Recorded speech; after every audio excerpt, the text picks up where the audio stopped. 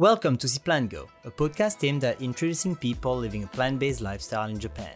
For this episode, I interviewed Katrin Tsukimi, a German friend currently working as a translator in the game industry. Katrin has been in love with Japanese pop culture since childhood and, very much like me, decided to invest a few college years into Japanese studies. I was certainly curious to know more about her experience living and working in Japan, but what I really wanted to hear about was her relationship.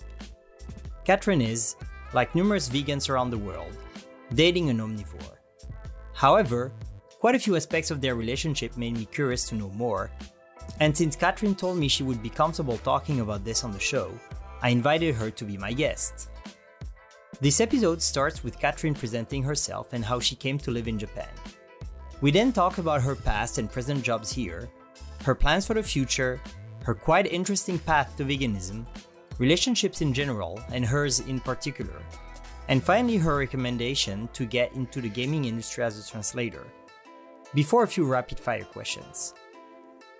As a vegan, relationships with non-vegans, whether it's friends, family, or a romantic partner, can be very challenging. If you have listened to some of my previous episodes, you will know that my experience since adopting a vegan lifestyle and value system is no exception. This topic is, and will probably stay, one of the most important and interesting ones to me. I am therefore really grateful to Katrin for sharing her experience and giving me an opportunity to explore further the topic of relationships on the podcast.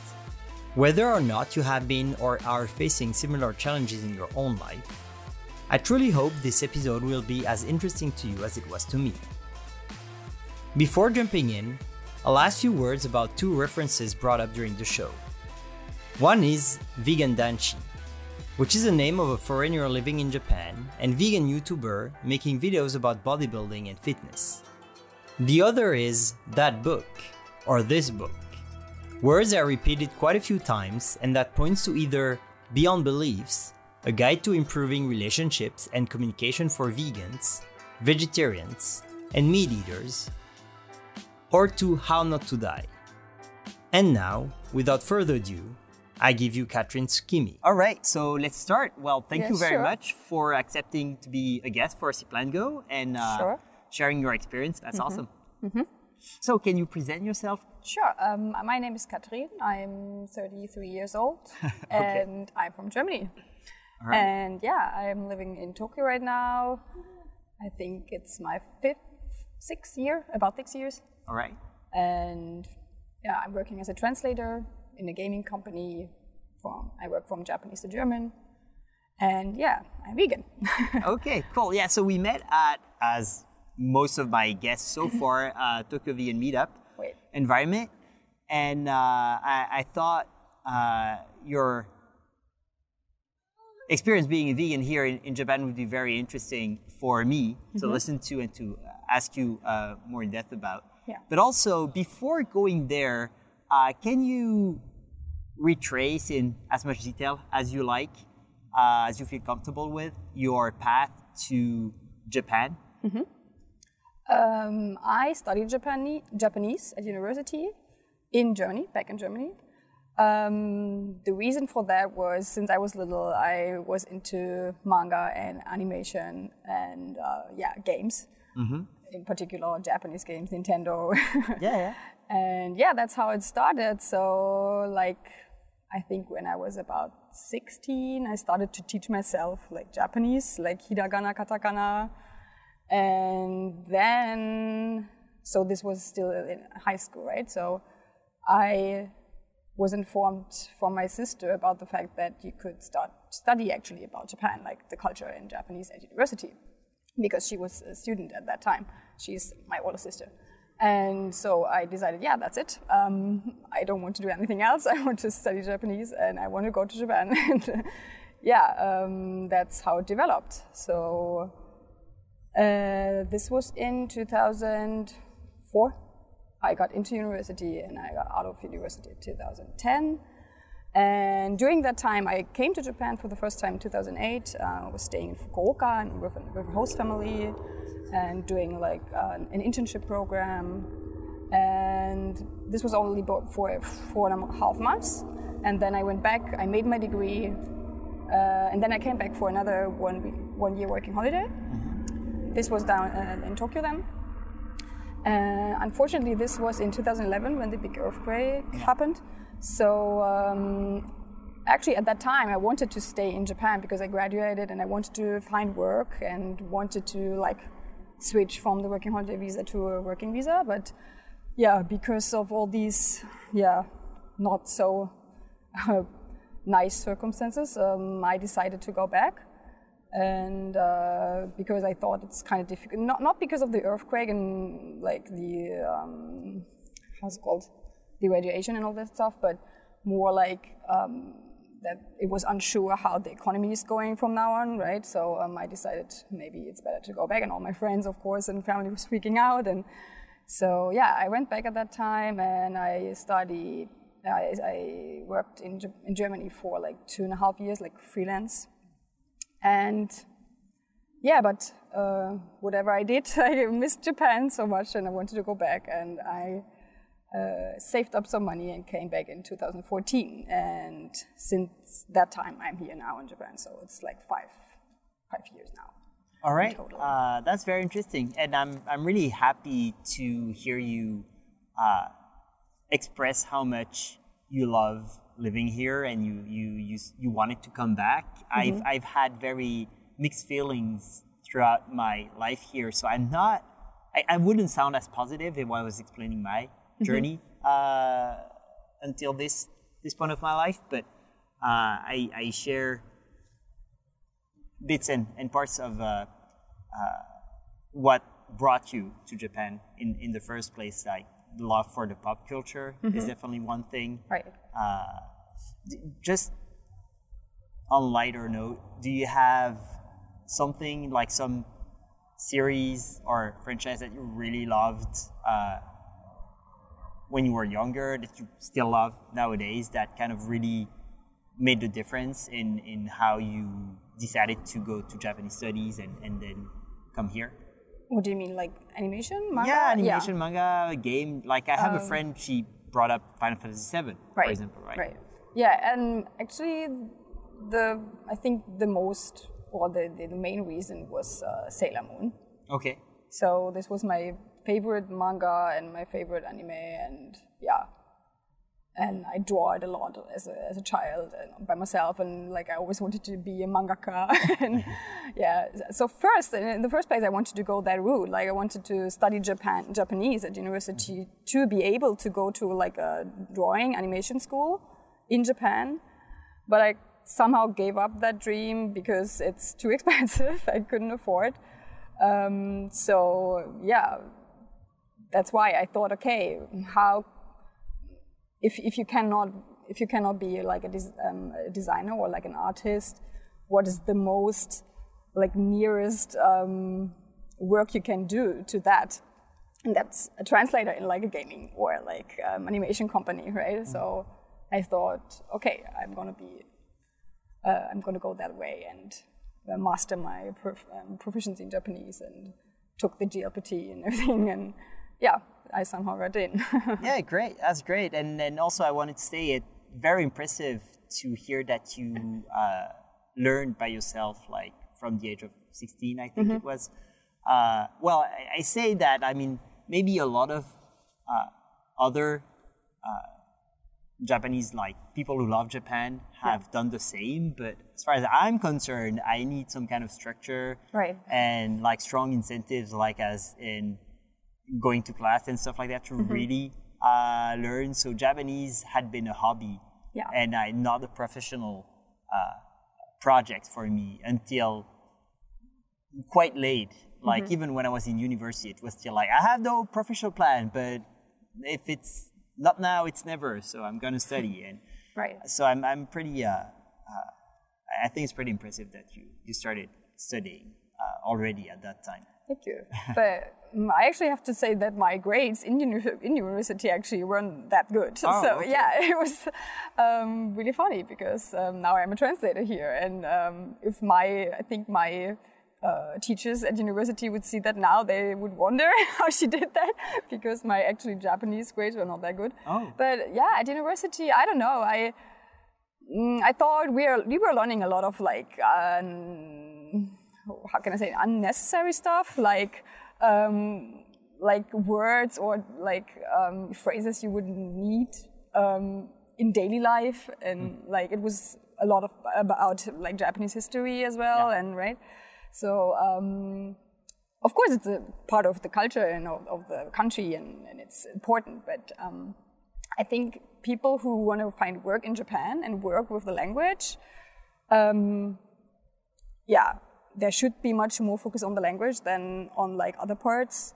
For example, I went to a Japanese school here in Japan after my graduation, like in Shibuya. It was like a business course for Japanese, and it was designed for foreigners who want to find work in Japan. And I always missed the part we were talking about in that course at university. We never had like at university, we never had like how do I write a CV, like a Didek-show, right? How do I perform in an interview in Japanese? We never did that in university because it was all about the culture and maybe literature or something like that. So yeah, that's why after my graduation, I took another business-related course here in Japan to be able to get into the job market here. So yeah, of course, it was the start was like at university, of course, and to get the main basic understanding of Japanese grammar and everything. But yeah, there were a few parts missing, I guess. Yeah. Yeah, no, you're totally right. I mean, Japanese studies is not what you want to do if you want to live in Japan. Right. Japanese studies is like, depends, right? But definitely you're going to be lacking a lot of skills. So if you're smart and you want to still do Japanese studies for the language and the culture, etc., right. You're going to have to learn more than what's necessary to just work here in the kind of job you're doing or even the kind of job I'm doing. Right.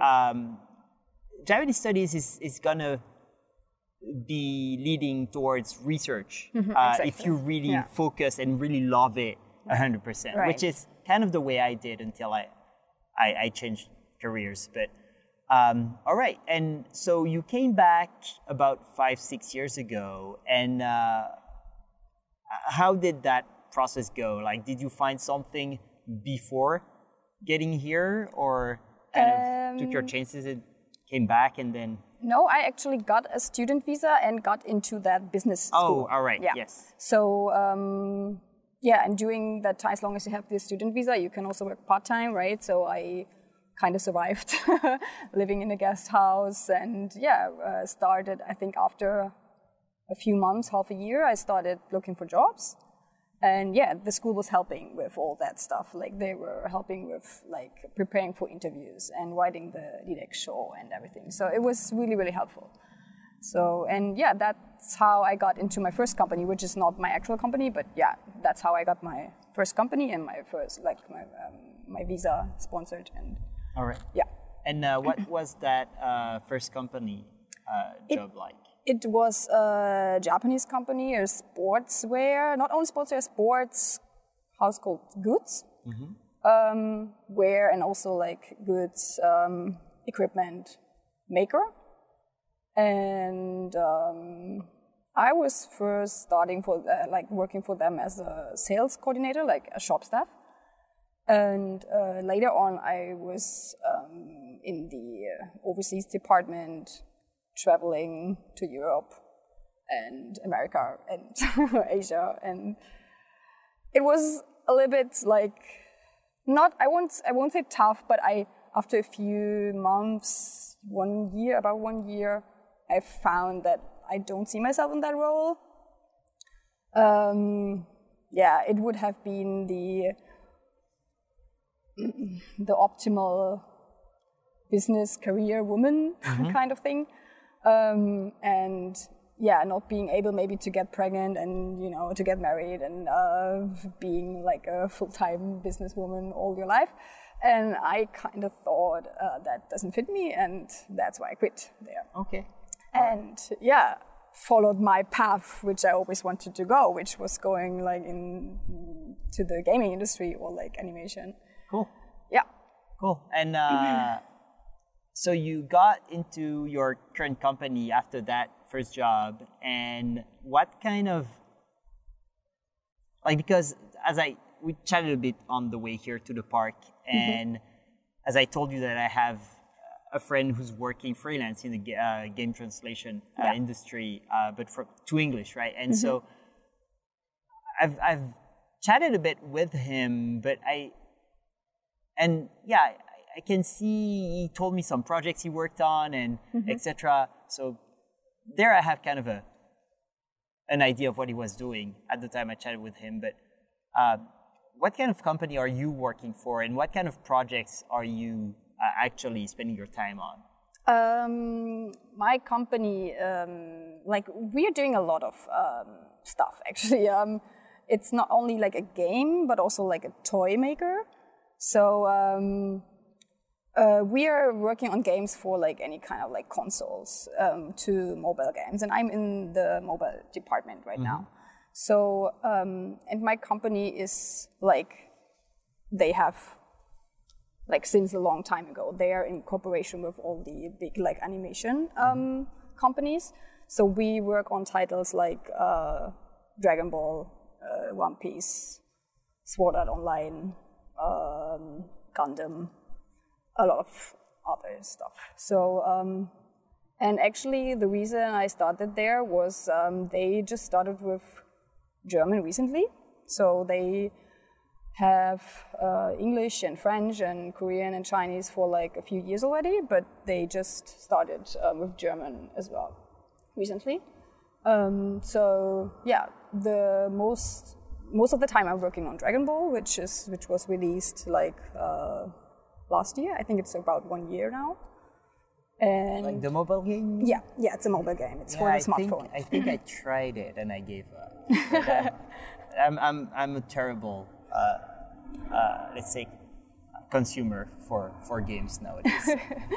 Yeah. So, yeah, that's basically the content. So, actually, what we are doing, like our team in-house, is we are mainly proofreaders, I would say. We also do translation, but most of the work is done by translation companies. Oh, right. And we get the stuff back and double check it. But we are also, of course, like doing like marketing translations, like for, I don't know, SNS, like social media, stuff like that. So, yeah. Okay. And how does the kind of, because I'm working in this international school where all my colleagues are foreigners, and the work environment, as far as I understand it, is totally different than your regular Japanese company. Right. And that works well for me. You know, like a lot of independence. I can speak my mind if I feel the need to. I don't have to like stay at work until my superior goes back home and that kind of stuff, you know. What kind of working environment is your company from your experience, and how does it compare to what you experienced before? I would say it's about the same, like you just said. My company is very open-minded. Of course, it's a Japanese company, but since it's gaming, the gaming industry, it's very, how can I say, open-minded, and like most of the people are like younger generation. Of course, the managers are like in their 40s, 50s, but it's a lot of young people. Also a lot of like, I think, which is different to like real Japanese companies. I would say it's like 50-50 women and men. Like, oh, really? Yeah, it's very balanced.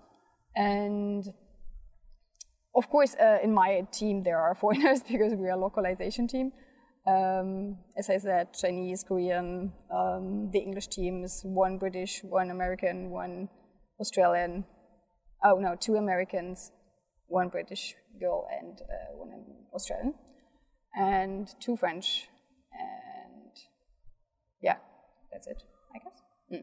and me alone as a German so far, because there's not so much to work on still, but they are like, yeah, I think we are getting more work to do, or I'm getting more work to do, because they are planning on more titles to release in German as well. All right. Yeah, actually that the international factor, this was another thing for me to switch from my old company, actually, because this company was, very Japanese, and I was really the only foreigner there. Oh, all right. I can see how that can be sort of additional stress. But I mean, exactly. On the other hand, we chose to be here, right? So. Exactly. So I have to be honest, and it was the company who sponsored me, like who, gave me the visa. And of course, I was happy in that moment, and I wanted to stay in Japan no matter what. And I didn't care about the work so much in the first place. But after a little bit of time, I really realized that it doesn't fit me. So I really felt kind of, I don't know, maybe I became a little bit Japanese in my way of thinking, because I kind of felt sorry or like kind of bad that I want to quit after only 1 year, because they sponsored my visa and everything. So I felt kind of,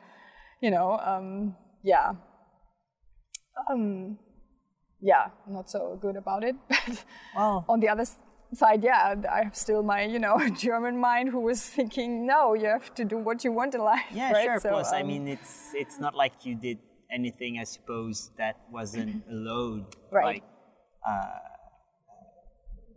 by law or like by the contract you signed in the first place, right? So it's a risk they're taking, and I mean, they definitely got, hopefully, a lot of value out of like having you as an employee for a year. Right. All right. And are you, what, do you have like kind of a longer term professional plan, like whether it's a 5-year plan, or some people have like 10-year plans? I definitely don't. There's places where I don't see myself be in 5 years, but I don't have a clear plan right now. I like benefit from thinking about it, but how about you? Yeah, same, I guess. Actually, lately I'm not so sure about the fact, like if I want to stay in Japan anymore. And this has actually this has to do a lot of with veganism. Okay. Because I just went to Germany like in Golden Week, and I experienced how easy it is and how many like groceries you can get at the supermarket, like at the local supermarket, like anywhere, and any menu has a vegan option, and it's just so easy. And if I think about the fact, like I want to have children maybe 1 or 2 years, and I want to raise them vegan, and I kind of feel it could be difficult in Japan, since I heard the children have to eat like the same lunch and everything, like kind of stuff like that. So but not only this, also the fact that there is not so much holiday as we would get in Europe, right? Yeah. Which is, I mean, until now it's okay. There are no children in my life, and I'm still young. But I just cannot imagine, for example, even in my job now, I really like to do that job, but I just cannot imagine to be in such a company my whole life, doing the same thing. Like a lot of people in that company, like in my previous companies, was the same. I think, it's this Japanese way of life to serve kind of the same company till you are in your 50s, 60s, and then you retire, right? And I just cannot imagine that, like to do the same thing my whole life. I'm struggling with the fact, like I really love Japan, I love the culture, I love its people, and I also could imagine to stay here, but then like to maybe shift to like a more like a freelance way to work. Especially if I want to have children, I just find it difficult, and like I hear a lot of stories that it's difficult, especially for women still, that there is no place in the kindergarten or whatever, and you have to stay at home, and then it would be beneficial if you could work from home or something like that, right? So there are a few factors that made me thinking lately if I should stay in Japan or not. And on the other side, I'm dating a Japanese guy right now, and he's actually very open to the fact like not to stay in Japan. He has been abroad, he has to America, he has been to Australia, so he really likes foreign countries and he's open to go somewhere. But then there is the visa thing, right? It's not so easy just to leave this country right now we are living in. I mean, of course, he would have the option to go to Germany, but then it's next thing for him. Can he find work without any German, right? So, so no plan for the next 5-10 years. I see. Very open, I would say. All right. Well, thanks for sharing. It's definitely, it sounds like you have a lot of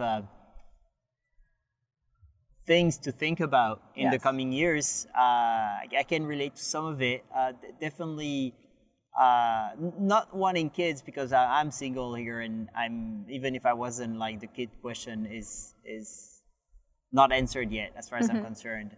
But having them here and wanting them to, for either or both ethical and health reasons, have them vegan as much as possible, must be a challenge, definitely, right?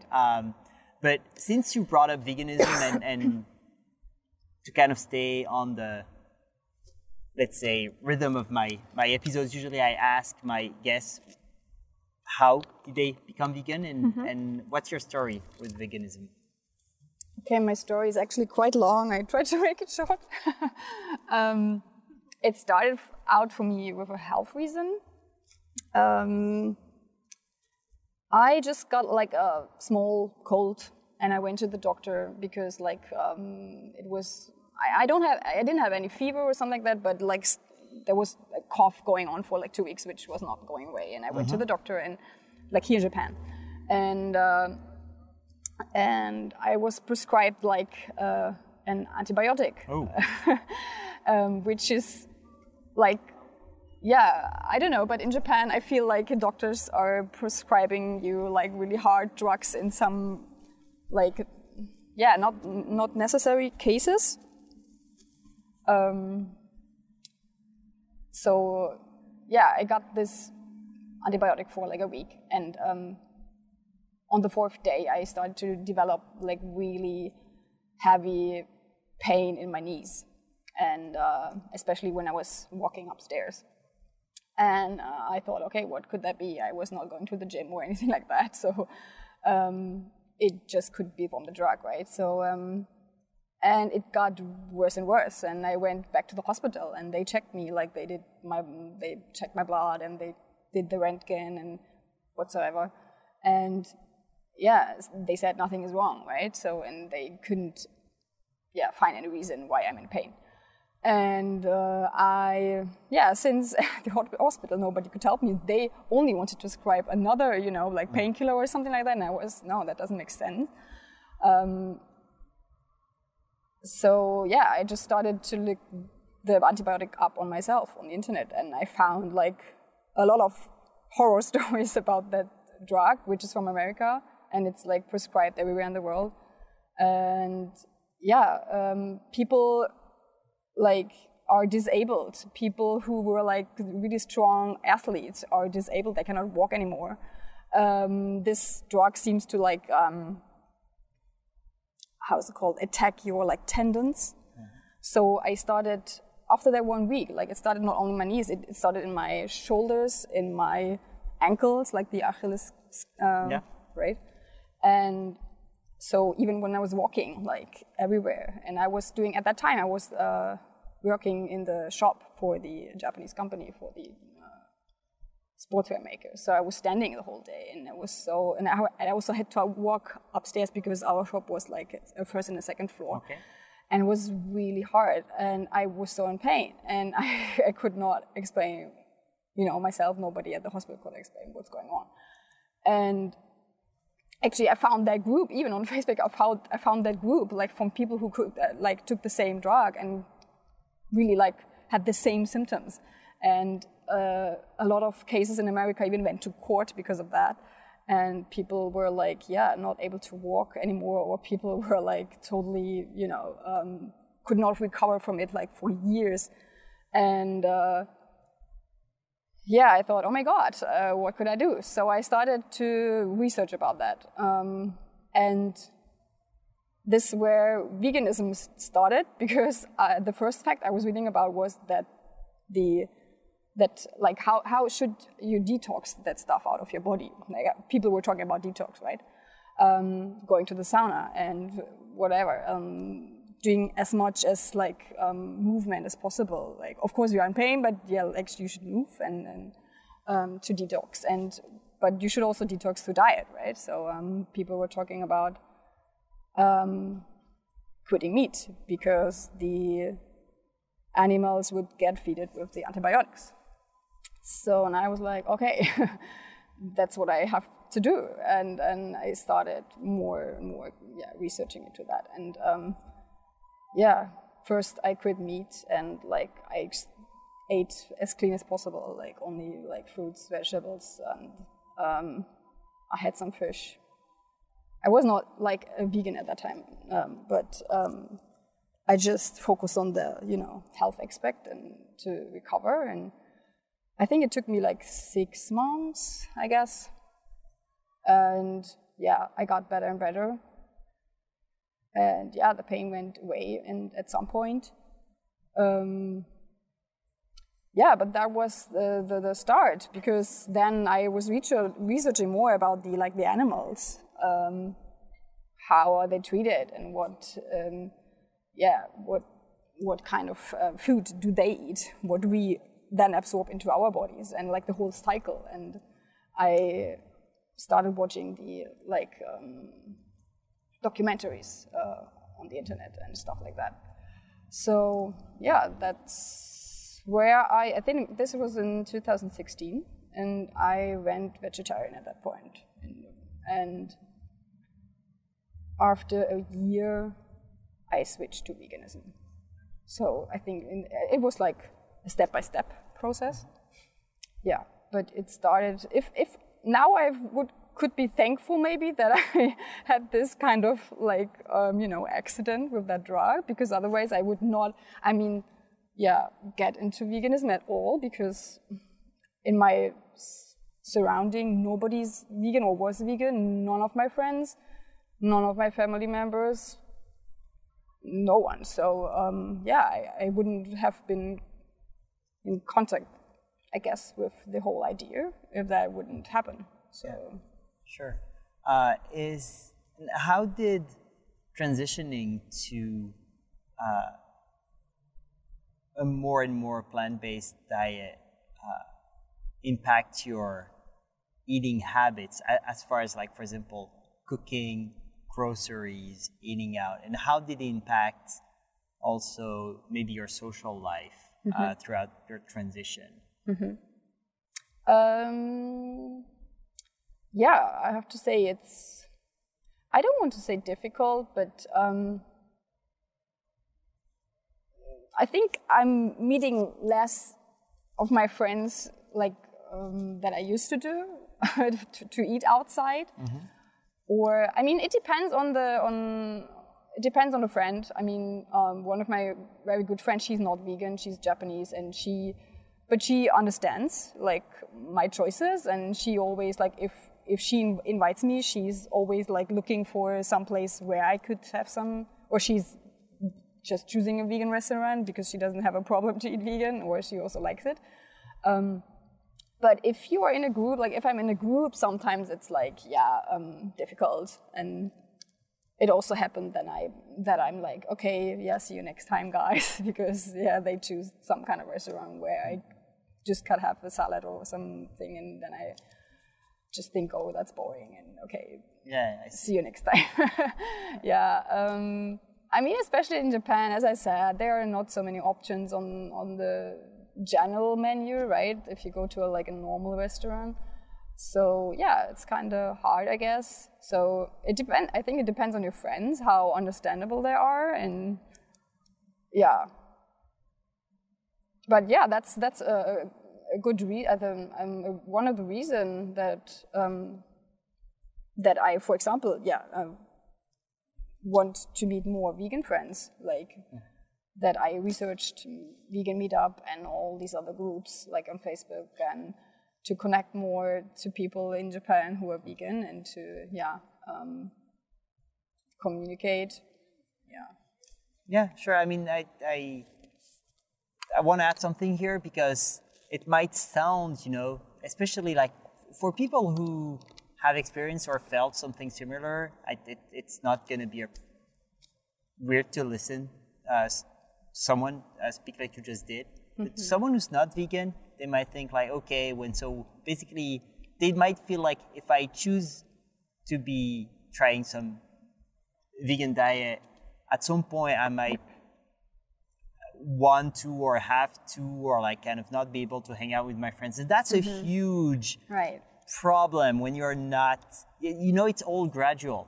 Right. And it's not like I love all my friends that I'm not seeing as much as before, right? It's just if you think of all the times that you would just go and have food with them, well, yeah, that becomes kind of a problem, or not, depending on the kind of point of view you have on your veganism.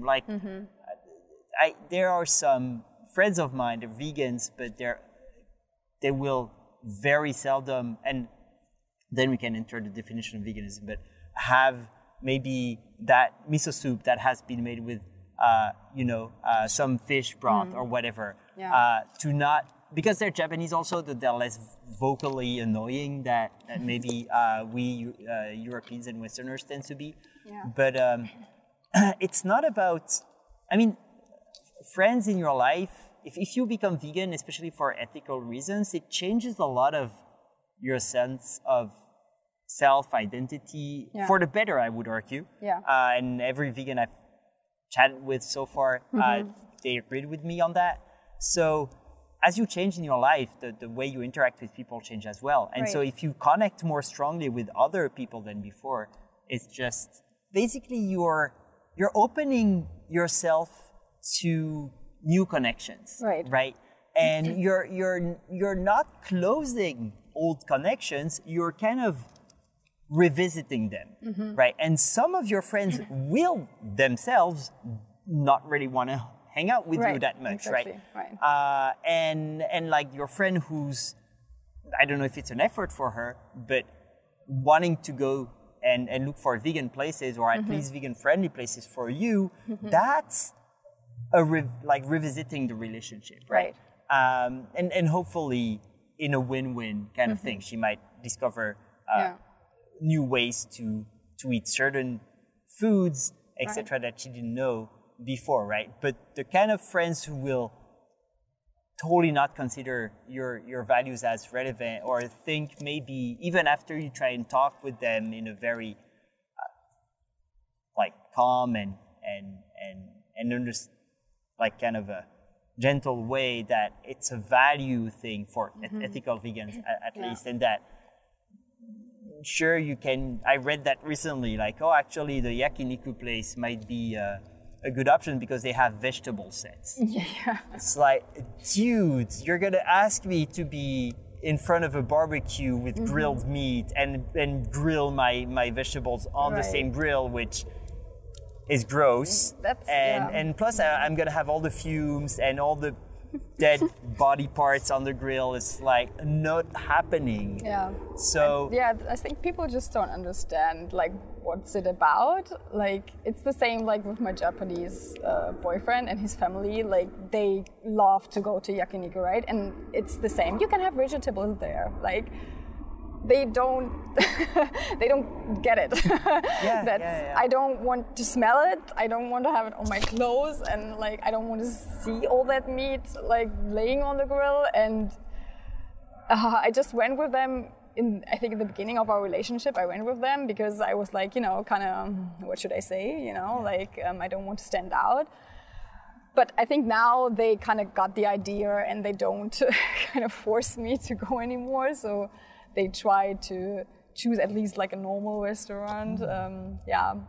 But it's very difficult. It's like, for them it's their kind of culture, and for me, but it's morally, ethically not, not all right. Yeah, so that's the thing. I think the idea, and I think, for me, the problem is when I start to talk about that topic, I kind of get really emotionally. I'm very passionate about it, and I think it often gets into like a wrong direction.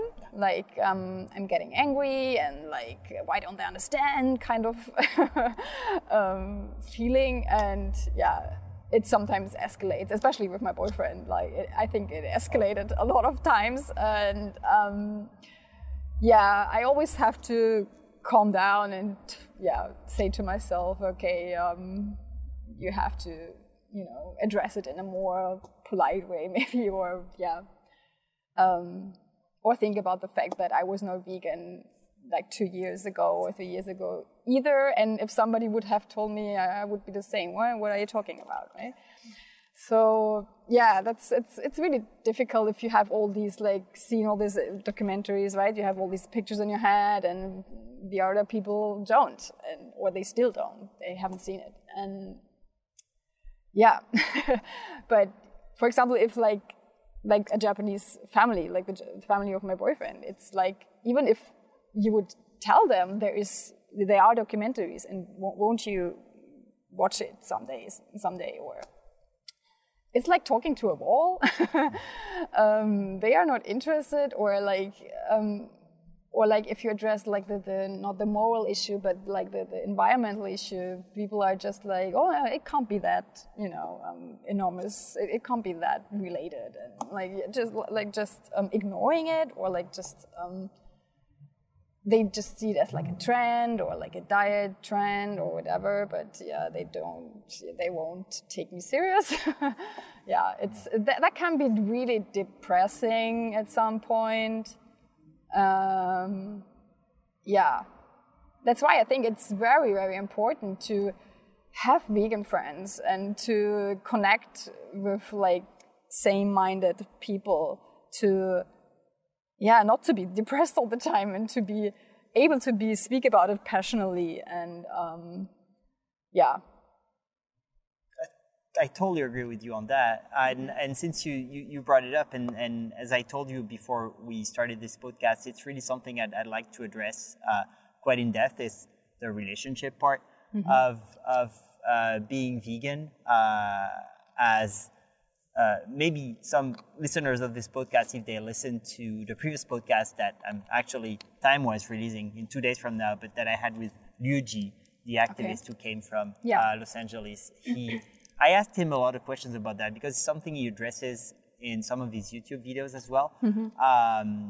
He was more along the lines of, I don't think it's gonna work well to be dating non-vegans if you want the best kind of like starting point for a relationship. Right. I was like, I don't know where I stand, because I don't want to close all the doors. If I meet someone who is truly inspiring to me, right, and that I can respect, and that person's opinions make sense to that person, and we can have conversations, then I'm potentially open to exploring vegan, non-vegan relationships. But so in your case, you met your boyfriend before being vegan, or? As a vegetarian, actually, it was. I made the switch to vegan exactly at that time when we met. Okay. So, I mean, in the beginning, he didn't have a problem with that at all. But, as you know, the relationship goes on, and you want to eat outside, and then you kind of realize, the places you can go together are kind of limited, and it's kind of getting boring or like over and over the same. And sometimes he got really like annoyed by the fact, and just that he cannot enjoy the dinner with me. Like for example, yakiniku or something like that, right? So he wants to enjoy with me together. It seems like that. He said things like that in the beginning, but now it's. I think it's gradually going better and better. I mean, he's still not a vegan, but he gradually, like, more and more understands the idea behind it. Like in the beginning, I think he also his friends, nobody is vegan. Like he only met, like when he was in Australia, he met one guy who was a vegan so far, but so he had no contact with that at all. So it was like totally new, way of lifestyle for him. And we had a lot of fights about it. And for example, when it like what you cook at home, we got to the point that he's cooking meat by himself when he wants to eat it. I basically cook like the main dish. During the week, I'm the one who's at home earlier anyways, so I'm cooking like the main meal and he eats it. Like he's a very fit guy. He's going to the gym. He's really into health and train his body, and so he likes to eat healthy, but he just cannot connect to the idea of veganism. Okay, sorry to interrupt you here. I wanted to ask you two things here related to this. And I understand the emotional part of it. It's probably your romantic partner is the hardest person to talk about, to talk with about those issues. I can relate to that. But what kind of things did you try and teach him, or have him watch with you, or have him read so far, and what was kind of his reaction to that? And also, I wanted to ask you about specifically about the health part of things. Like if he was totally not health conscious, that would be very different. But if he is, what about Dr. Greger's book, which is both in English and in Japanese, and you can disagree with it, but having him read it, if he hasn't done so yet, or if he hasn't refused to do so yet, might be helping going towards like more plant-based. And there's no ethical judgment in that book. So. Actually, I didn't know that the book exists in Japanese. Oh, yes, it does. That's a good information. It's why it's such an awesome book, because I've recommended it several times the past few activist-related things I've done with Tokyo Vegan Meetup, because when I'm chatting with a Japanese person, and they're all about health first and foremost compared to the ethical aspect of veganism. And that's going to help us, as in like us vegans, to make them more plant-based. And that book, I think, is going to help a lot, because it has such a, let's say, credible amount of research backing it, that you can't just read it like read all the other kind of this diet better for you book, where there's not as much scientific background.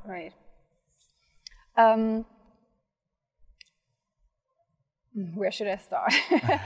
I mean, I showed the first thing I showed him was the speech by Gary Yourofsky. Oh. And I think this is a really tough one, right? Oh, okay. Well, it does work with some people. And I thought he's the kind of guy who likes it straight, because he's like, I have to say he's Japanese. He's born and raised in Japan, but he has been to America and Australia for a long time, for many years, and he's very open. Like, he's not the typical, I would say, Japanese, like, introverted kind of guy. Mm-hmm. So I thought he would be okay with the kind of aggressive, straight, way that Gary is talking. And at that point, actually, I was looking on the internet which, like, for a documentary or for like a speech like that, which has a subtitle in Japanese, and at that point I couldn't find that much, actually. I mean, he understands English, but if it comes to such a difficult topic, right, I think his level of English is not enough. So I thought, okay, if it's not in Japanese, he would not understand it in depth. So that's one of the first speech I found with Japanese subtitles. So I tried that, and yeah, he agreed the whole time, and he wasn't like nodding with his head, and like we were watching this, 1.5 hour, and like he was like getting emotionally, and like showing, that this guy is right what he's saying. And then like a few months later, maybe. After that speech, he was like kind of emotionally hooked by it and could agree, and okay, so I will reduce meat. He said something like that, and I have to say he did. I mean, he's not actually. When we met, he was the typical scrambled egg or like ham on toast for breakfast kind of guy. And now he's eating oatmeal with me in the morning, and he's saying that his digestion and everything got better, and that he's like feeling better, like, because we a lot of eat of vegetables and stuff. And but still, it was not enough for him, like, to make the switch right away, right? And I think, especially in Japan, it's like, I think it's his colleagues at work, it's the company, it's like his family. Like, it's the whole thing, like veganism in Japan is just not a big thing right now, still not. I think he's very influenceable by his environment, that he goes back immediately, even after he watched something like this. Because it was the same a few months later when we watched. I convinced him to, because I have to say, I convinced him, because always when I start to, won't you watch that with me, or look, here, like, try to convince him a little bit more. He's always kind of rejecting it, because he does know what it is about, but I feel he just wants to ignore it, or he wants to kind of push it away, and oh no, let's watch that next weekend, let's do it another time. So, but I could, since he's into like fitness and training, and I thought it might be good, like, to watch a documentary which is about health, right? So I watched What the Health with him, and it was the same thing again. Like, he was like, okay, that's hard stuff, and I will reduce my animal products. And in the first few weeks, he was like, okay, only meat on the weekends, and he was like trying to, eat veganized during the week. But it also, like, it's gone back, and somehow he couldn't roll with it. I don't know. And then there is this nomikai, and it's just like he's not gonna stick with it. I think it's one thing. He's saying it's just too inconvenient. There are not enough options to choose from. Like, because I was asking him though, if there would be more, for example, like in America or Europe, like this substitute products, would you choose that then? And he was like, yes, I would. But since I like the taste of meat and I like the taste of whatever cheese, and I don't have another option, I eat it, right? So it's just, I think the convenience, as I said, surrounding, the people, his company, his friends. And especially, I think, as like a very muscular guy, it's still this kind of stereotype, you know. He's like, I have to eat meat, and I showed him so many vegan bodybuilders already, and he's like, oh wow, okay, but they are training all day, right? So they don't go working in a company, right? Yeah, it's just whatever I say, it's really actually hard. Not true. Have him. Sorry to interrupt. Nimai Delgado, you know the guy, Yeah, right? yeah. Nimai Delgado quit his day job about less than 2 years ago. For most of his bodybuilding lifestyle career, he was working crazy hours. Well, maybe not crazy hours at that time, but like totally regular hours at least, and he was preparing all his food himself for competing. Right. So he had a way healthier and more intense as far as sport and maybe even work, because it was high demanding work as far as like, well, plus he didn't like it. Then, sorry, I'm saying that I don't know your boyfriend, but right. Your boyfriend's definitely not competing right now. So if unfortunately, this kind of the tale of Nimai Delgado, like how he went with his routine and everything, is all available in his podcast in English, like through at least 1 or 2 episodes, and it's fascinating to listen to. But it's going to be in English. Yeah. I don't think there's anything in Japanese. Right. But it definitely goes against that kind of argument. I don't know if it's going to be impactful, but it's not about how much they train, it's about how smart he trains. Right. Yeah, I also try to convince him that, you know, other people can do that, and he's always like making fun of it, like, oh come on, in the end they are eating meat behind all these social media, right?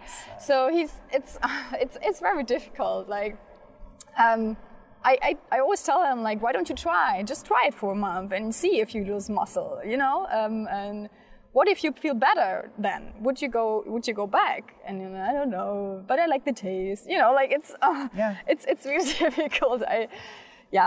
And since, as I said, I'm getting really passionate and sometimes even angry, and I'm maybe not the best person to convince him to like a more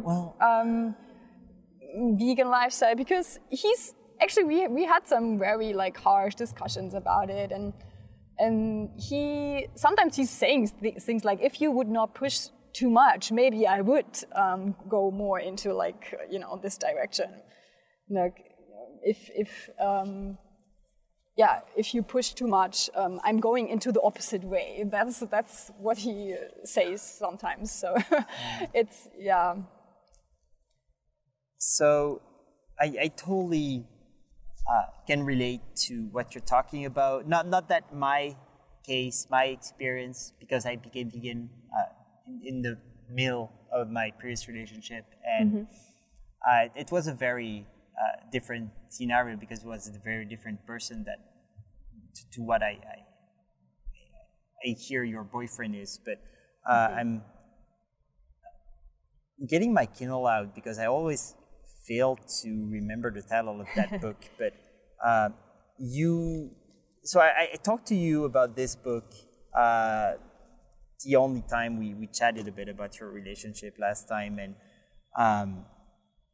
so in addition to, my recommendation, and I'm totally not an expert in this field, but it can't really hurt, I think.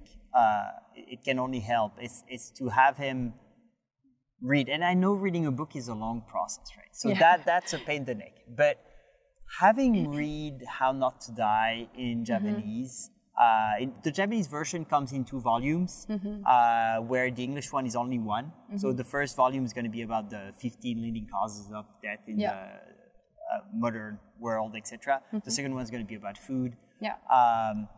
And that should at least, like, because on the one hand, you have Nimai Delgado, etc., who will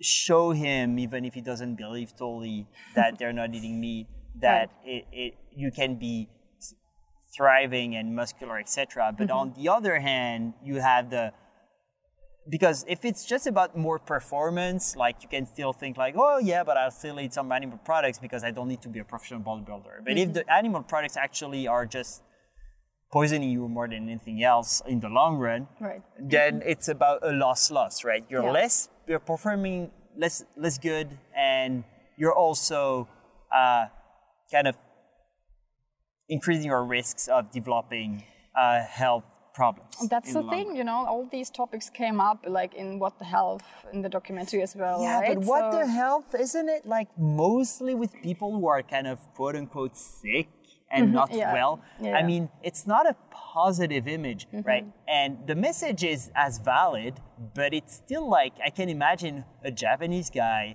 from the way you described who loves the taste of meat, who thinks it is still convinced it's the most healthy diet, that the most healthy diet has to have meat and animal products. Watch that documentary. Can't relate to anyone. It's a matter of relating. And knowledge, it's been proven by studies, several studies, knowledge doesn't make people change their mind. You need to emotionally connect with something.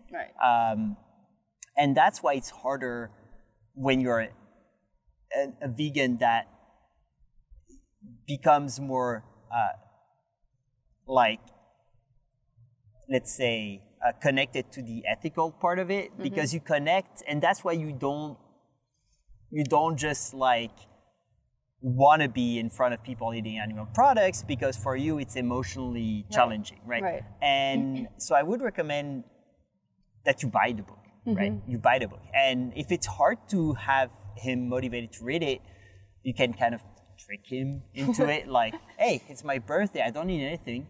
Read this book, please. Right. That's what I did with my 35th birthday. I thought about buying it on my own, like the English version. If you want, I have one copy. Okay. I'm buying it and giving it to friends. So. Okay. And friends that are not vegan as well. But yeah, I think it would be hard to convince him because he's not a reader. I mean, I'm not a reader. I'm not a reader as well, but he's more the like YouTube kind of guy. And actually, Dr. Greger has this 1 hour. That's how I discovered his book.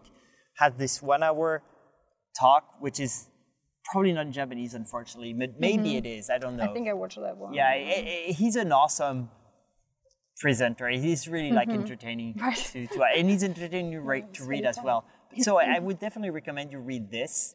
And there's a book that actually I would even prefer to have that one available to like give to you, because it really, when I read it, I started it not thinking it would be that interesting or helpful to me. And it's called Beyond Beliefs, a guide to improving relationships and communication for vegetarians and vegans. Okay. And it's as much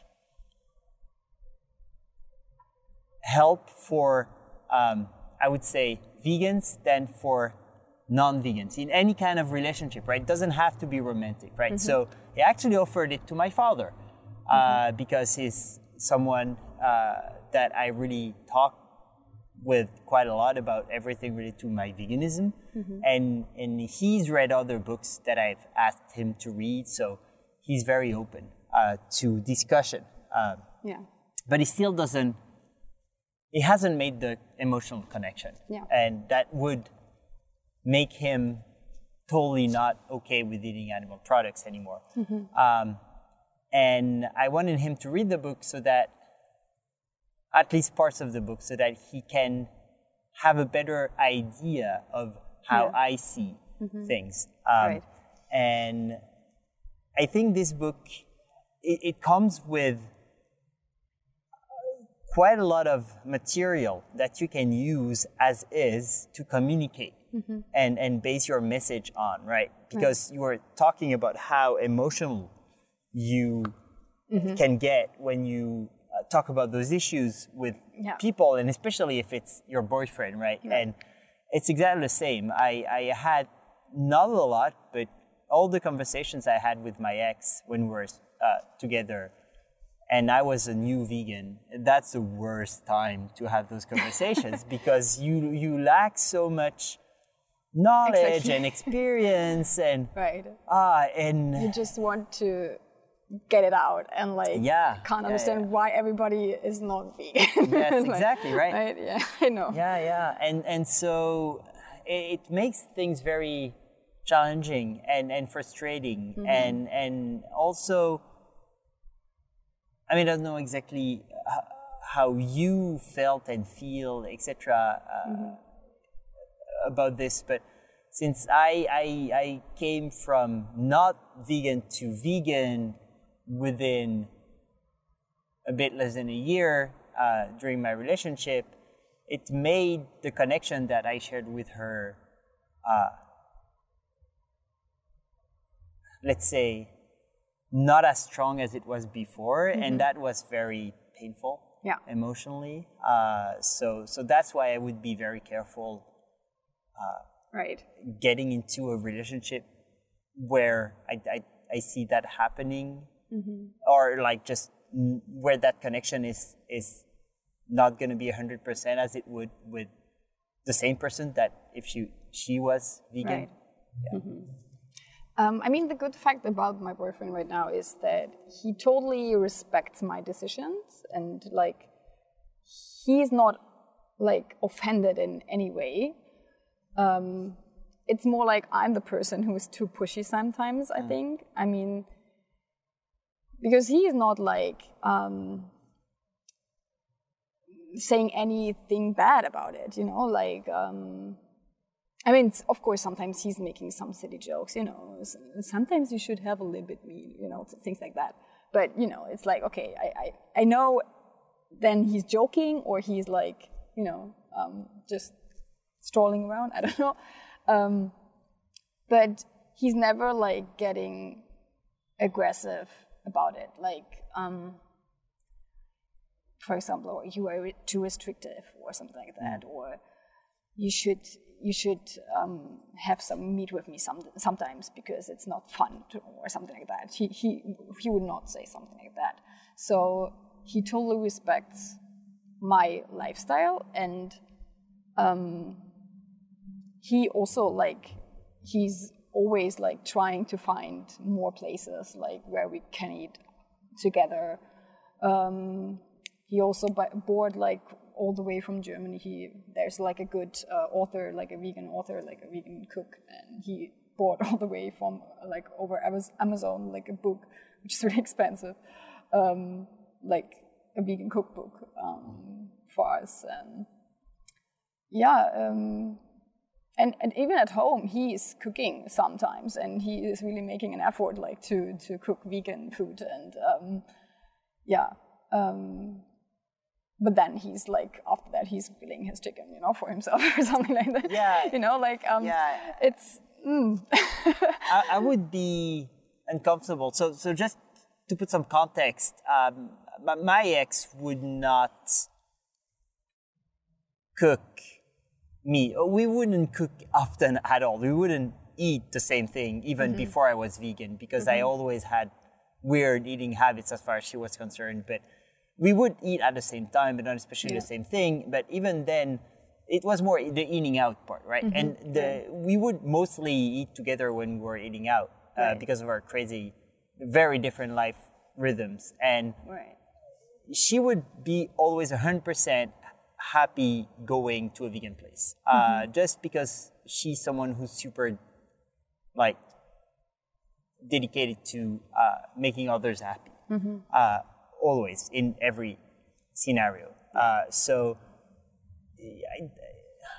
I can't really relate to that part, but after reading the book I just recommended, you have a look at, I would enter, if I had to be in a relationship right now, or I wanted to be rather in a relationship with someone who wasn't vegan, I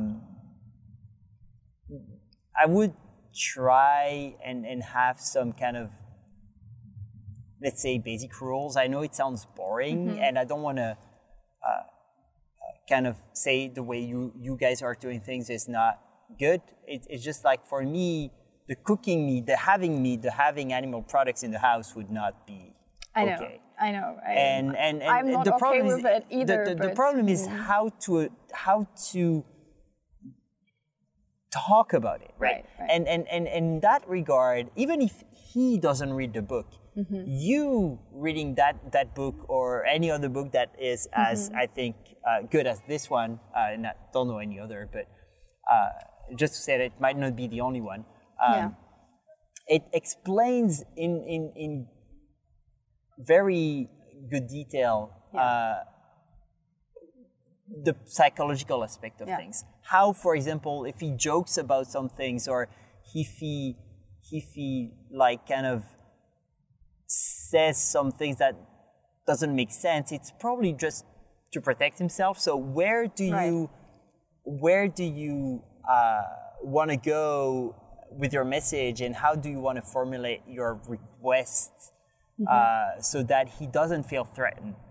And so that it ends up, and it's not about being sneaky or like, trying to manipulate him, not at all. It's just about trying to reinforce or build a bridge where you're kind of trying to throw stones now, and sometimes he catches it and it works out, and sometimes he just kind of fails at catching it and it hurts him, and so it's really about the communication part, and try when you can reinforce that bridge, and it's a win-win at the end of the conversation. He feels like the relationship got stronger. You feel like it got stronger. You also hopefully got mostly what you feel like you need as far as like your emotional well-being, living where like your home, right? Right. It's your home. It's your relaxed time. You don't want to have a dead piece of like meat like cooked in front of you. And that's the part I think he still don't understand. Yeah, he doesn't. That for him it's something like still something normal, right? It's something to cook in the kitchen.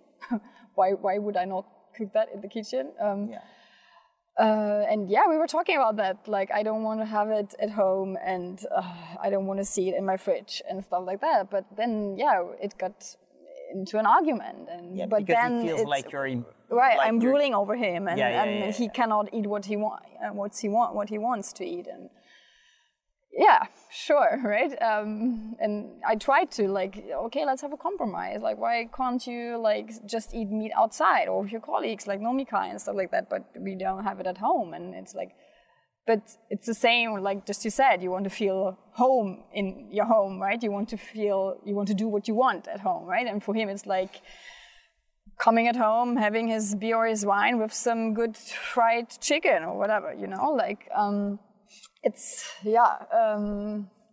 very, very difficult topic. But I have to say, since we moved together, we are living together for about 1 year now, and it's getting less and less, I have to say, like the animal products in our fridge. He's buying almost he's not in the dairy at all, like no cheese, no milk, stuff like that. But he's for the protein, chicken and eggs, still what he is buying. But lately he didn't buy any pork or beef anymore. Okay. So it's definitely less than it used to be. So I'm really happy about that. And I think I have to, and of course it's not the best situation for me right now, but I think I always have to talk to myself and okay, it's getting less and we are going into for me at least in a better direction, and maybe someday, I don't know, he's gonna make the switch. And because recently he also started to watch vegan danshi or something like that on YouTube, and he also got informed about some he informed himself about some actors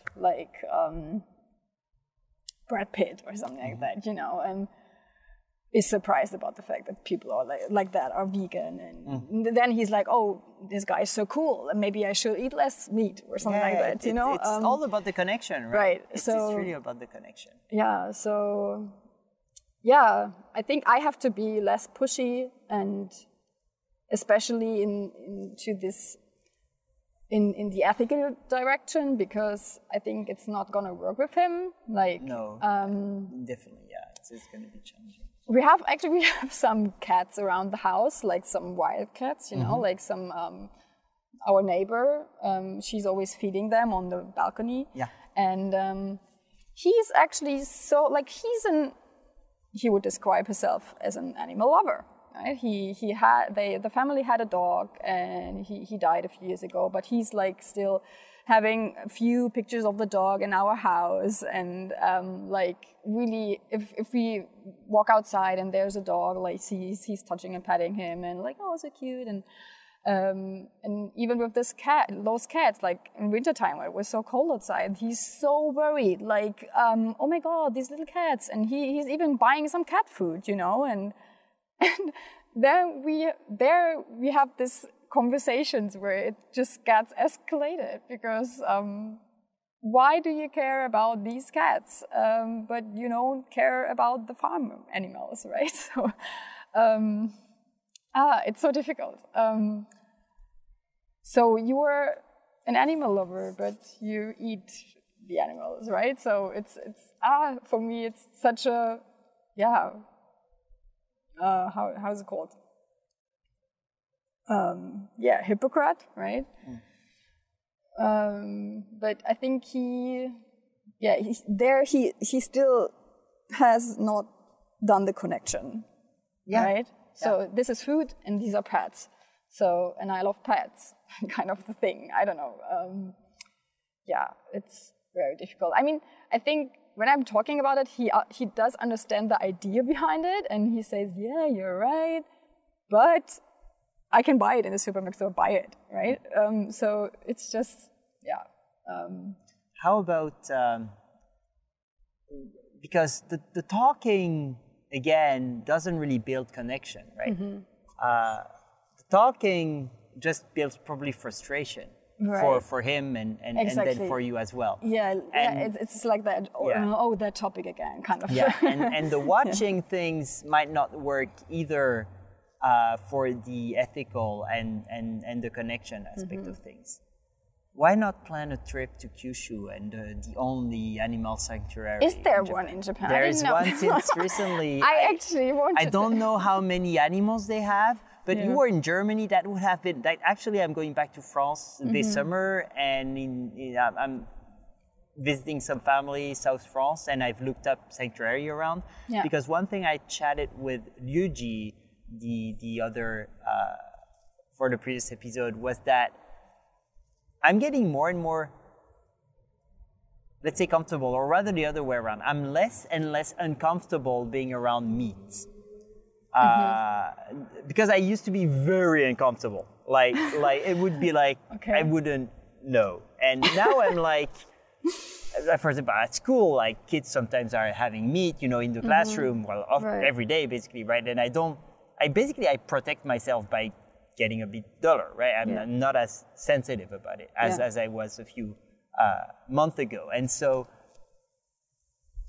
I think when I said that to him, not in such details, but I told him, like, because there's probably a tendency for quite a few vegans, if not most vegans, to be less sensitive as time goes. And he said, like, but in his case, that's not the case, but also he knows some vegans who go the other direction.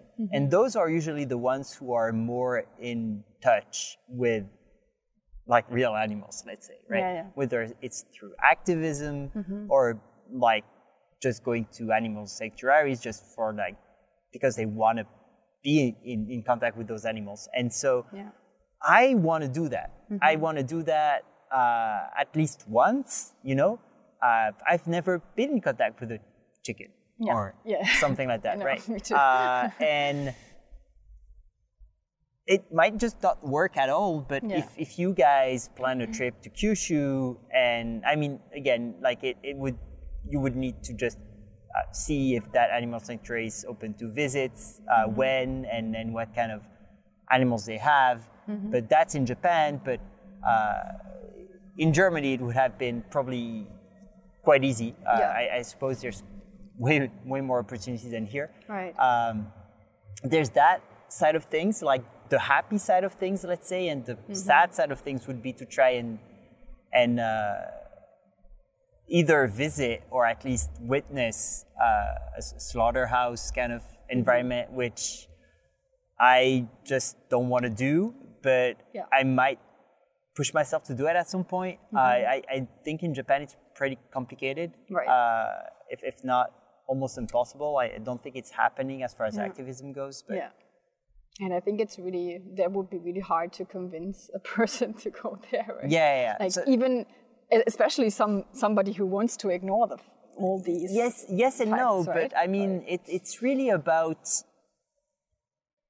okay, you could bring it in a positive light, like, right, okay, so you want to eat meat, and I'll support a decision if you accept to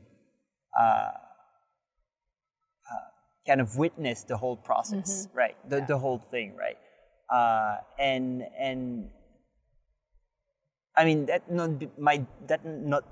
might not be the best way to present it, but if he's someone who's kind of a bit uncomfortable with what he's doing, right? It can't really justify it. Like maybe giving him the opportunity to try and stomach it and then own it, take ownership of it, and hopefully it's not going to go there. It's going to get the other direction. Right. He's going to be like, okay, fair enough. That's just not happening anymore. I mean, because of what the health, he got the idea that this lifestyle with a lot of animal protein is not healthy, and like he really, started.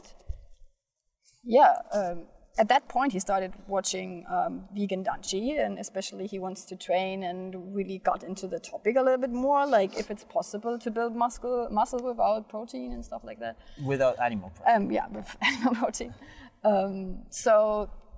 I think he knows that the animal protein lifestyle is not healthy, and but still, it's like, I think it's like with tobacco or alcohol. He still thinks like, if I'm not having too much of it, it's still okay, kind of thing. Yeah. And I'm still I'm eating less than before, though I'm also making kind of a good choice. No, but it is. I think it's important to reinforce the positive changes. Right. But as long as you see it as a personal choice, and you don't connect with the victims, then it's just about, like, I'm a very health-focused person, but I'm not 100% doing everything just for health reasons. Right. I'm having that food that's not the best healthy option in front of me, etc., but it impacts me and my health to some extent. But I don't see it as like impacting another living being, like sentient being. So, like, kind of finding ways to have him gradually, or maybe all at once, if you can go to an animal sanctuary, that does the trick to connect with the food. Yeah.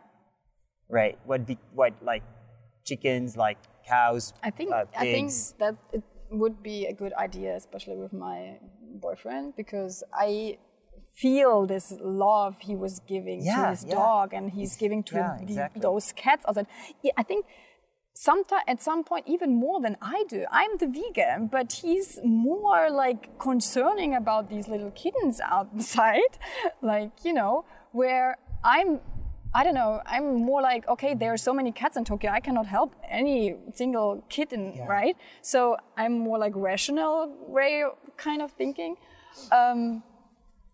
But like, this is sometimes so weird to me, because I'm the vegan, but he's the person who's more concerned about like these, for example, wild cats, or even when they are like at like some stations, sometimes they are like, these groups taking money for like rescued dogs or whatever, there he's always like so emotional, and or shouldn't we buy one, or like what means buy, like take one from the shelter, right? And like really like connected. And it's all about connection. Life is all about connection. If you can't connect to it, it doesn't have any meaning. And on the other hand, if you connect with it not by choice but just because that's how things happen, it's just like it's very hard to not act upon those feelings, right? So if he can feel towards farm animals something that he doesn't right now, it's gonna be a no-brainer. It might be a frustrating no-brainer for him, but it's definitely, if you're here to support him, and society in Japan changes gradually and hopefully quite quickly in the next few years, is going to make life more easy. And I don't think society is going to change much, like the social relationships, like his colleagues and friends, might not be that. But at least if the concept of plant-based diet, at least for health reasons, is deemed good and widely kind of recognized as such, it's going to make things easier for all those also not related to your boyfriend, but all those vegans who are in the closet in Japan, because it's just too weird to be vegan and not like accepted, like not even understood. So well, I really hope it's gonna keep on going towards a more plant-based let's say lifestyle for your boyfriend and therefore for both of you. I can't recommend enough you reading that book, and hopefully him reading How Not to Die. That would be great. To convince him. And that I'd very much like to know how things are going a few months from now.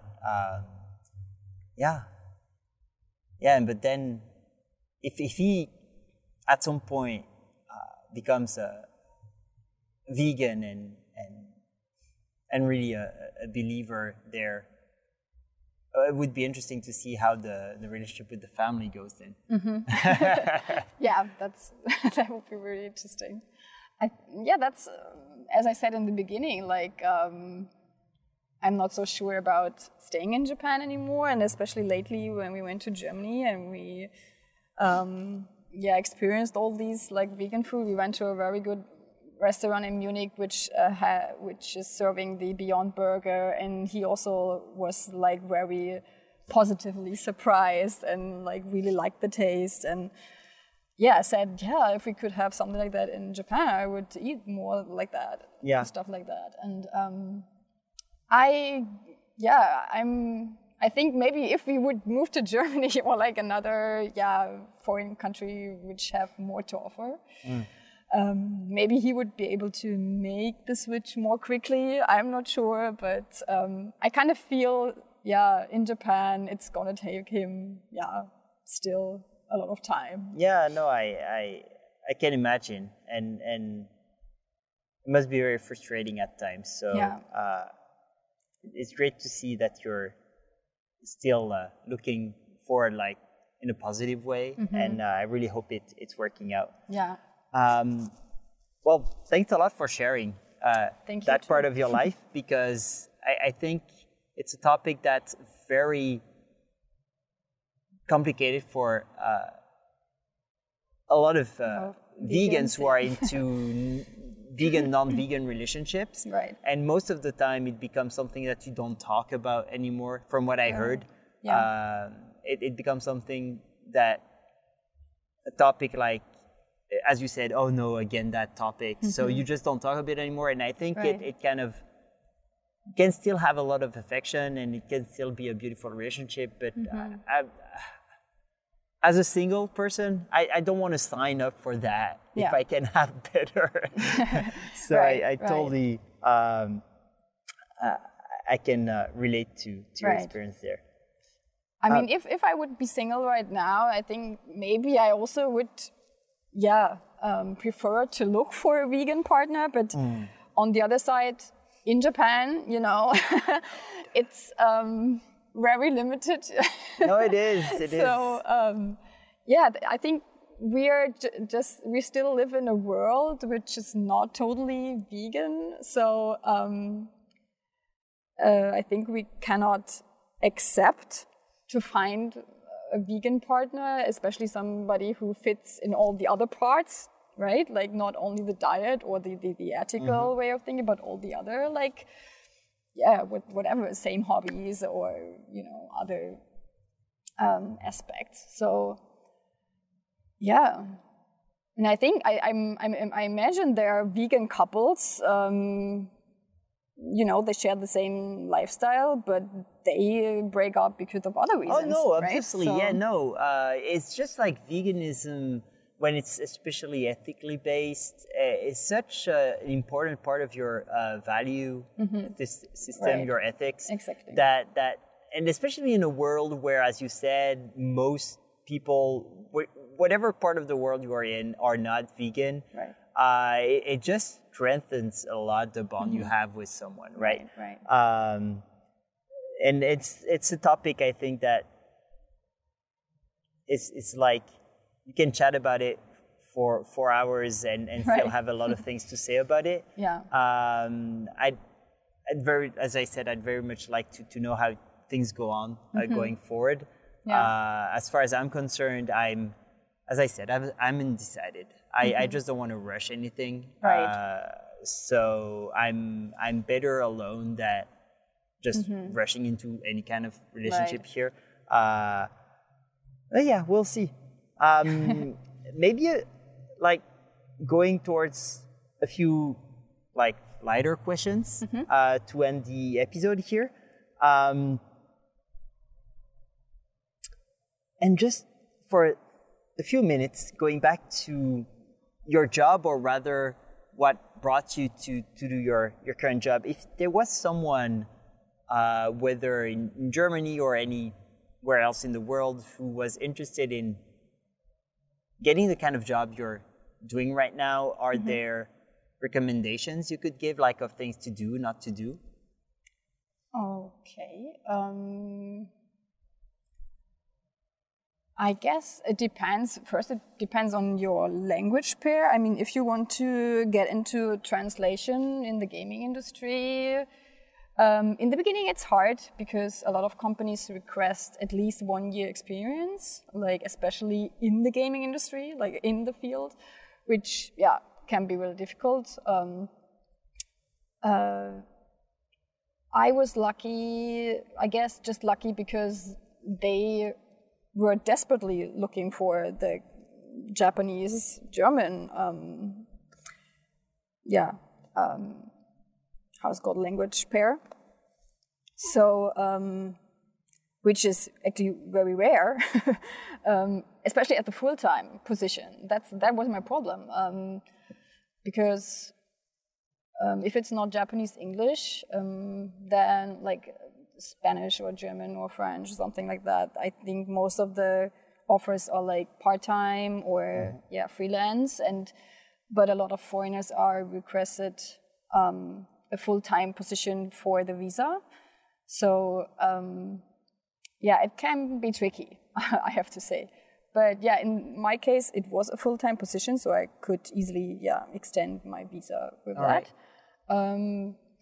But recommendations, just look on the internet, Google it. I Googled directly like the language pair. I applied directly to the company. Not like through like a recruiter or something like that. I mean, I also registered with a lot of recruiters, but I had no luck to find my language pair via that route. Yeah. And I guess it would be good to have some translation experience at some point, like even if it's just maybe as a freelancer in some other field, or All right. or that you're interested in the topic. I think that's for the companies, it's one of the biggest points, that you are like into manga and games, and even maybe. In my case, I think I had no translation experience in the gaming industry or like animation or something like that, but I think I could convince them in the interview, with my passion for it, and like since I was little that I was, into gaming and animation, and so that's a big, point for them, I guess. All right, cool. Is there something you're not very good at that you can share with us?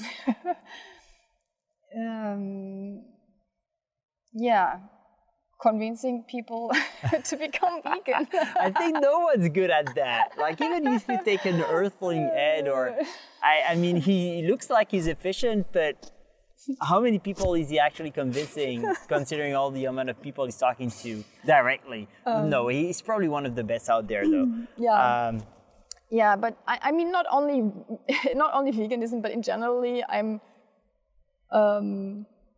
how's it called? It's difficult to me, for me to stay calm, or like to. If I get passionate about something, I'm getting too like aggressive. I would say, too straight, too pushy. Maybe too direct, which is especially in Japan sometimes a problem, I guess. Yeah. That you have your straight opinion towards other people.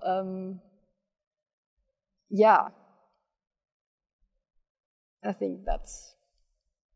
Yeah, so keeping your cool and being an efficient communicator, I guess. Yeah. Okay, yeah.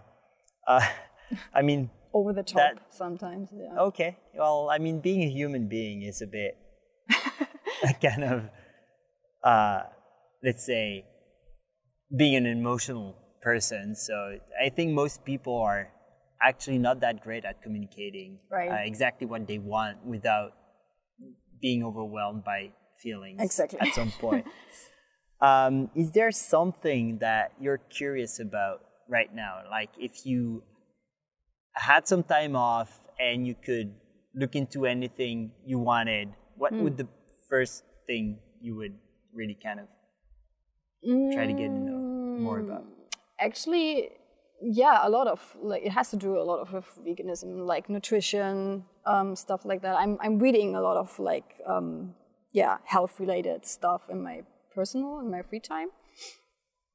So lately I'm thinking about a lot to get like a nutrition, like not diploma, but like an online course certificate or something like that, to like become maybe a freelancer, dietitian, nutrition advisor kind of thing in Japan. Cool. So if you find something that looks, let's say, valuable and etc., I'd be happy to hear about it, because I'm kind of a health freak as well, and getting some kind of accreditation and that would force me a bit to study it as well. I can see how that would be appealing to me.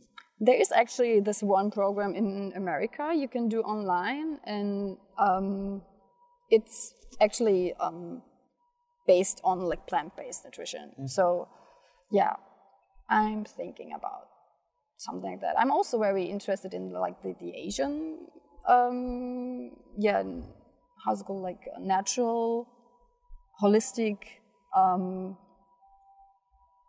medicine, like Kampo and stuff like that. Oh, really? So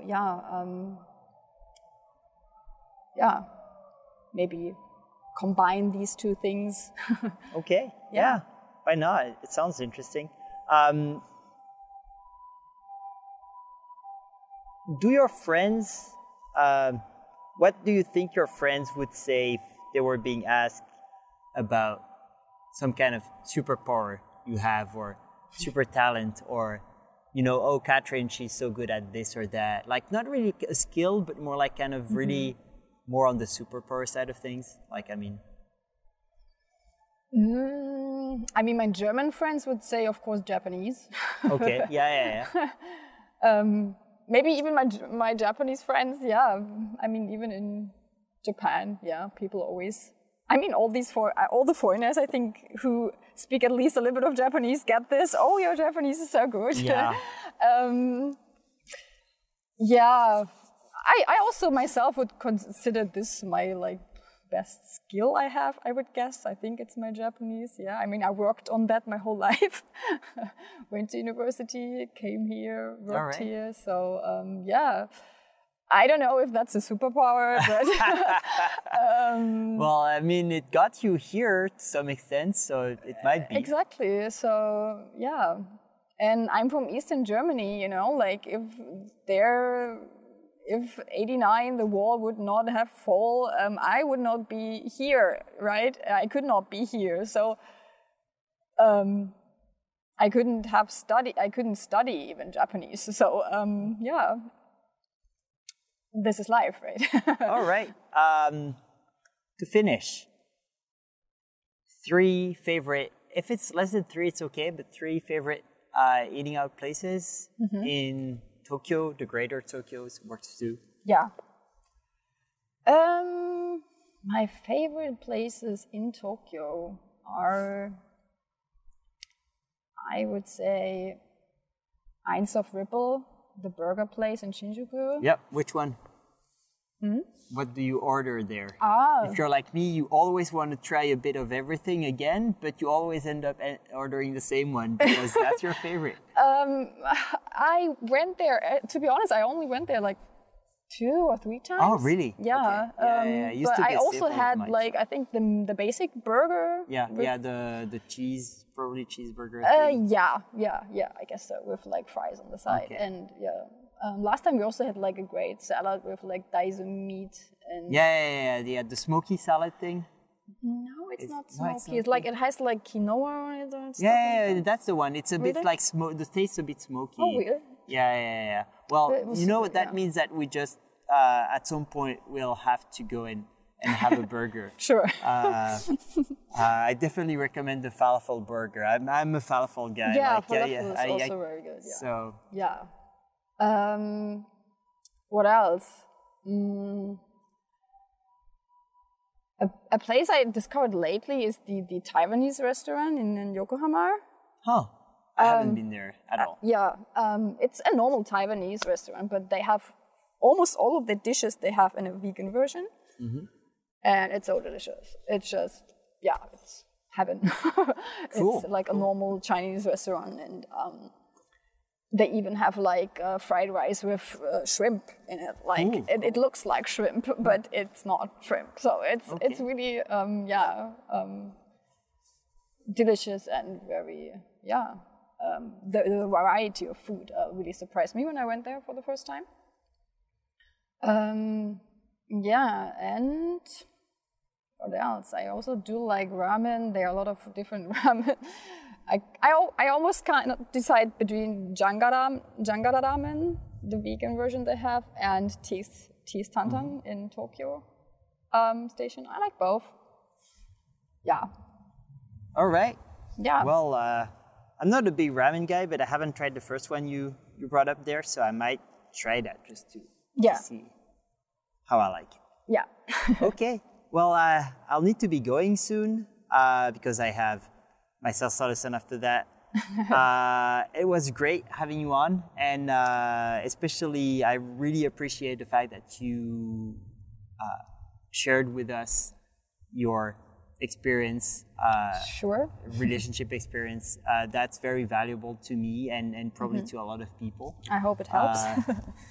And all the best for career and also obviously the relationship itself. Thank you. I'll probably see you soon at a Tokyo vegan meetup, or maybe for a burger at Ripple. Right. All right. Thank you, and have a good weekend. Thank you. You too. Yeah. Bye. Bye. Thank you for listening to the ciplantgo podcast. If you enjoyed this episode, please think about sharing it with friends and on social media. Ciplantgo is also on Instagram and Facebook at ciplantgo. There you can have a look at the latest things going on in my plant-based life in Japan. There is also an email address, ciplantgo@gmail.com. Feel free to send me a message, whether it's to ask a question, give me suggestions for ciplantgo, or anything else. Have a great rest of the day, and until next time.